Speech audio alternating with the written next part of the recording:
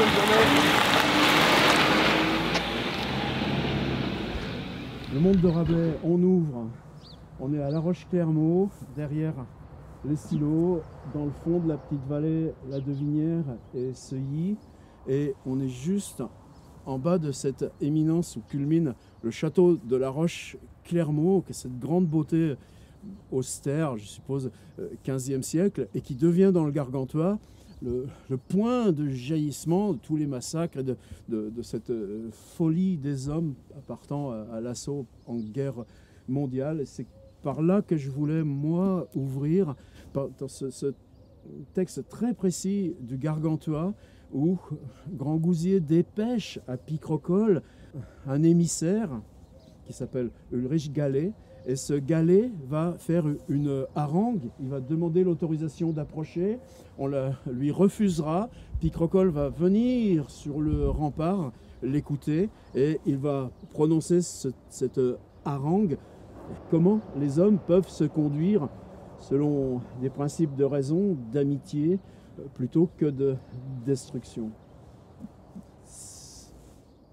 Les lettres dites et signées, Grand Gousier ordonna que Ulrich Gallet, maître de ses requêtes, homme sage et discret, duquel, en diverses et contentieuses affaires, il avait éprouvé la vertu et bonne loi, alla devers Picrocole pour lui remontrer ce que par eux avait été décrété.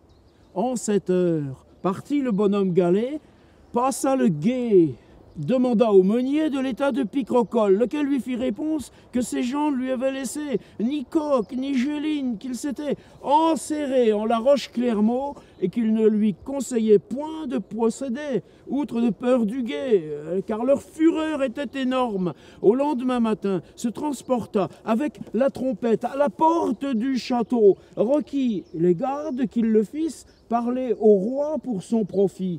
Les paroles annoncées au roi ne consentit aucunement qu'on lui ouvrît la porte, mais se transporta sur le boulevard et dit à l'ambassadeur: « Qu'y a-t-il de nouveau? Que voulez-vous dire ?» Ah donc, l'ambassadeur proposa comme s'ensuit. Harangue faite par Gallet à Picrocole.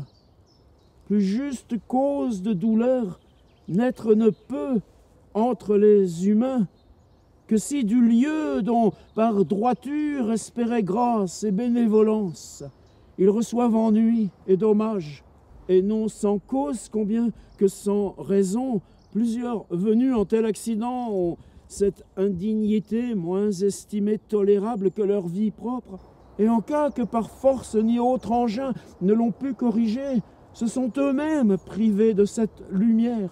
Donc, merveille naît si le roi Grand Gousier, mon maître, était à furieuse et hostile venue, saisi de grand déplaisir et perturbé en son entendement. Merveille serait si ne l'avaient ému les excès incomparables qui en ces terres et sujets ont été par toi et tes gens commis, et qu'elle n'a été omis nul exemple d'inhumanité.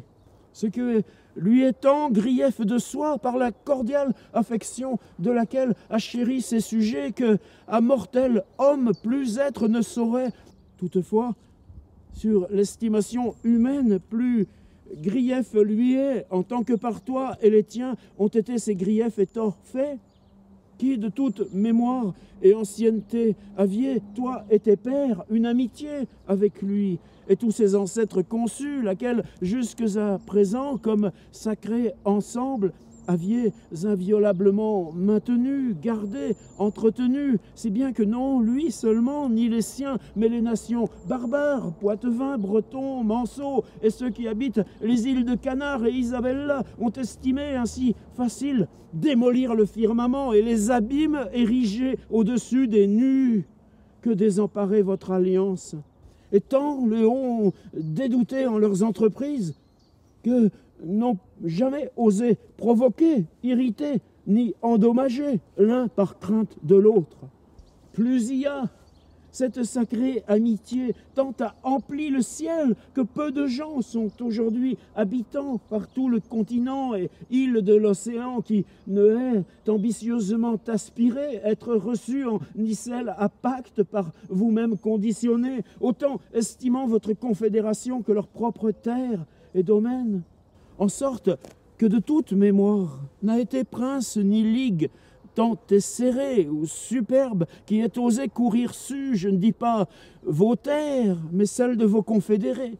Et si par conseil précipité ont en contre eux à tenter quelque cas de nouvelleté, le nom et titre de votre alliance entendu, ont soudain désisté de leur entreprise.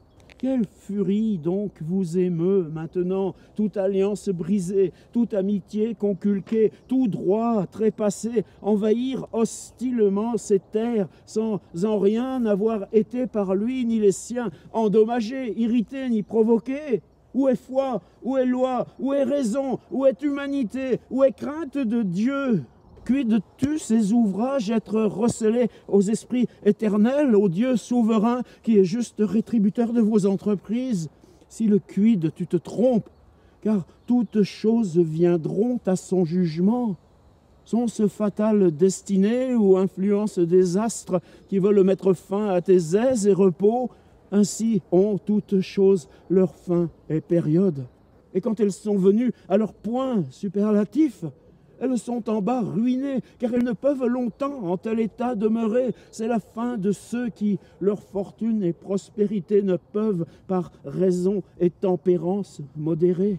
Mais si ainsi était fait, et dû hors ton heure et repos prendre fin, fallait-il que ce fût en incommodant à mon roi, celui par lequel tu étais établi?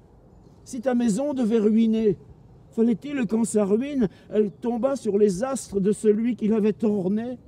La chose étant hors les mètres de raison, tant aberrante et de sens commun, que à peine peut-elle être par humain entendement conçue, et tant demeurera non créable entre les étrangers, jusqu'à ce que les faits assurés et témoignés leur donnent à entendre que rien n'est ni saint ni sacré à ceux qui se sont émancipés de Dieu et raison, pour suivre leurs affections perverses. Si quelque tort eût été par nous fait en tes sujets et dommages, si par nous eût été porté faveur à tes mal voulus, si en tes affaires ne te eussions secouru, si par nous ton nom et honneur eût été blessé, ou pour mieux dire, si l'esprit calomniateur tentant à mal te tirer eût par fausses espèces et fantasmes ludificatoires mis en ton entendement, que envers toi eussions fait chose non digne de notre ancienne amitié, tu devais premier t'enquérir de la vérité, puis nous en admonester, et nous eussions tant à ton gré satisfait que eusse occasion de toi contenter. Mais, ô Dieu éternel, quelle est ton entreprise? Voudrais-tu, comme tyran perfide, piller ainsi et dissiper le royaume de mon maître? Le as-tu éprouvé tant ignare et stupide qu'il ne voulut, tant destitué de gens, d'argent, de conseils, d'arts militaires, qu'il pût résister à tes iniques assauts? Départ d'ici, présentement, et demain, pour tout le jour, sois retiré en tes terres, sans par le chemin faire aucun tumulte, force, et paye 1000 besants d'or pour les dommages que tu as faits en ces terres. La moitié paiera demain, l'autre moitié paiera aux ides de mai, prochainement venant, nous délaissant cependant pour otages les ducs de Tournemoule, de Bathès, de Menoailles, ensemble le prince de Gratte.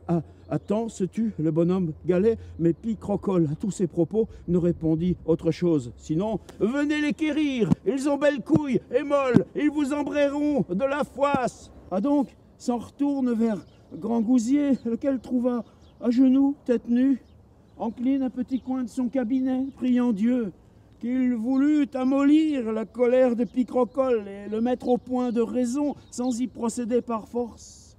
Quand vit le bonhomme de retour, et lui demanda « Ah, mon ami, quelle nouvelle m'apportez-vous » Il n'y a, dit Galet, ordre. Cet homme est du tout hors du sens et délaissé de Dieu. Voir mais, dit Grand Gousier, mon ami, quelle cause prétend-il de cet excès?